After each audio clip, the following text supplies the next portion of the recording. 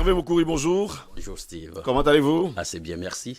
La chronique de ce jeudi pose un regard d'ailleurs sur le remède du Covid Organix, fruit de la recherche malgache, remède censé venir à bout du coronavirus. L'Organisation mondiale de la santé, l'OMS, n'y accorde aucun intérêt. Il va même dire qu'il rejette entièrement et totalement ce remède. Alors que les regards sont braqués en direction des grandes puissances d'où est attendu le remède ou alors le médicament miracle susceptible de neutraliser définitivement la Covid-19, de l'éradiquer d'une planète où elle cause tant de dégâts, la surprise est venue d'un petit pays africain baptisé la Grande Île. Depuis le lundi 20 avril 2020, le monde entier a les yeux rivés sur la grande île africaine Madagascar, surtout après l'annonce en grande pompe par son président Andry Rajoelina de la découverte par ses chercheurs du remède miracle contre la Covid-19. Ce produit médicamenteux appelé Covid Organix s'est avéré efficace contre le nouveau coronavirus. Le président malgache, lui, exulte, affiche sa fierté et il vante d'ailleurs les qualités préventives et curatives de ce remède traditionnel. Les sceptiques n'ont qu'à aller voir ailleurs, pense-t-il. Les grandes firmes pharmaceutiques considèrent Madagascar comme un abo économique, alors un abo scientifique. Pour elles, le lancement officiel des travaux scientifiques des chercheurs de l'Institut malgache de recherche appliquée qui ont abouti à ce remède sous forme d'une solution à boire à base d'artémisia et de différentes plantes endémiques de Madagascar, ces travaux pour ces grands chercheurs ou alors pour ces grands laboratoires du monde ne sont qu'une piqûre d'une mouche sur la fesse d'un éléphant. Cette indifférence de la communauté scientifique n'a aucun effet sur le président malgache qui déclare d'ailleurs « Nous sommes les premiers à avoir trouvé le traitement contre la Covid-19 ». Ça ne veut pas dire que nous sommes les meilleurs, mais seulement que nous avons mieux anticipé que les autres. Les États africains se claquemurent, comme d'habitude, dans leur silence, observant de manière assez subtile ce qui se passe sur la grande île, en se disant, dans leur fort intérieur certainement, si ça marche, pourquoi pas.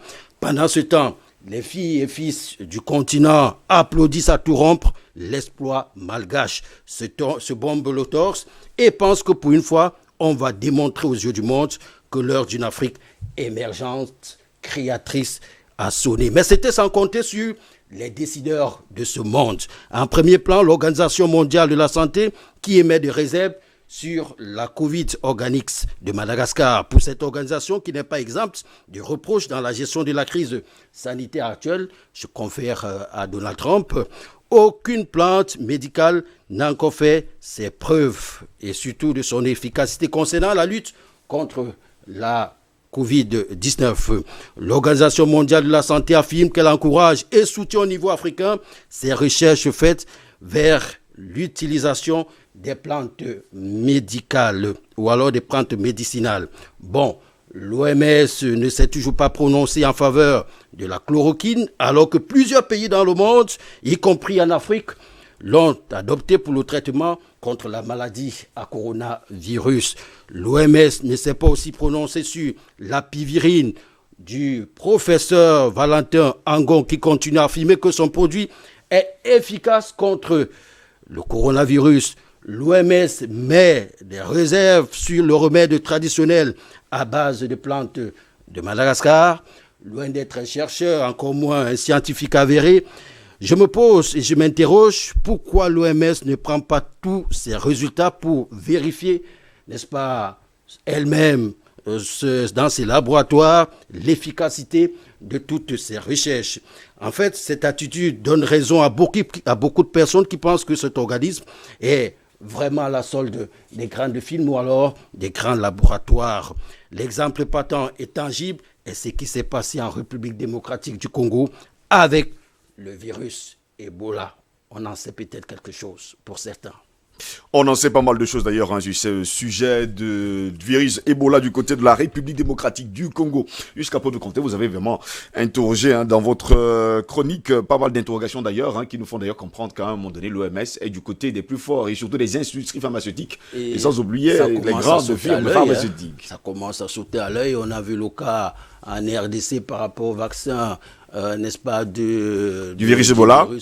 Il y avait des grandes firmes et des grands laboratoires qui se bataillaient pour le contrôle, n'est-ce pas, de cette zone en matière de vaccins, pour ce qui est de la production du vaccin. Eh bien, le plus fort, on a accepté un laboratoire qui n'avait pas pignon sur rue. Voilà, faut-il vraiment attendre l'adoubement de l'OMS pour dire que forcément, il faut toujours attendre, mais moi je crois qu'en Afrique, on n'a pas besoin de toujours attendre que... Pour tous ces médicaments qui ont souvent causé la mort dans le monde, est-ce que l'OMS a souvent été au courant de tout ça? Là est la grande interrogation. Et parfois, ils valident des médicaments qui envoient des gens pas mal de personnes immédiatement. Voilà. Et pourquoi maintenant, quand on propose des choses, ils ne sont pas fichus de venir tout de même contrôler dans leur propre laboratoire s'ils en ont, ou alors passer des commandes à des laboratoires pour vérification de l'efficacité des produits ainsi mis à la disposition du public. En tout cas, pour Andry Rajoelina, le président malgache, jusqu'à preuve de contraire, il faut préciser, il faut boire ce médicament. Il a d'ailleurs démontré et a crié d'ailleurs et a dit à tout le monde que forcément ça marche.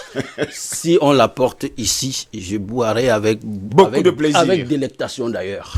Moi également, ne vous inquiétez pas, nous en boirons et je pense même que dans quelques jours, il va nous en falloir en plein plateau. En plein plateau. Nous allons le faire. Je vais vous rappeler également la déclaration d'Emmanuel Macron dans son tweet du 15 avril dernier.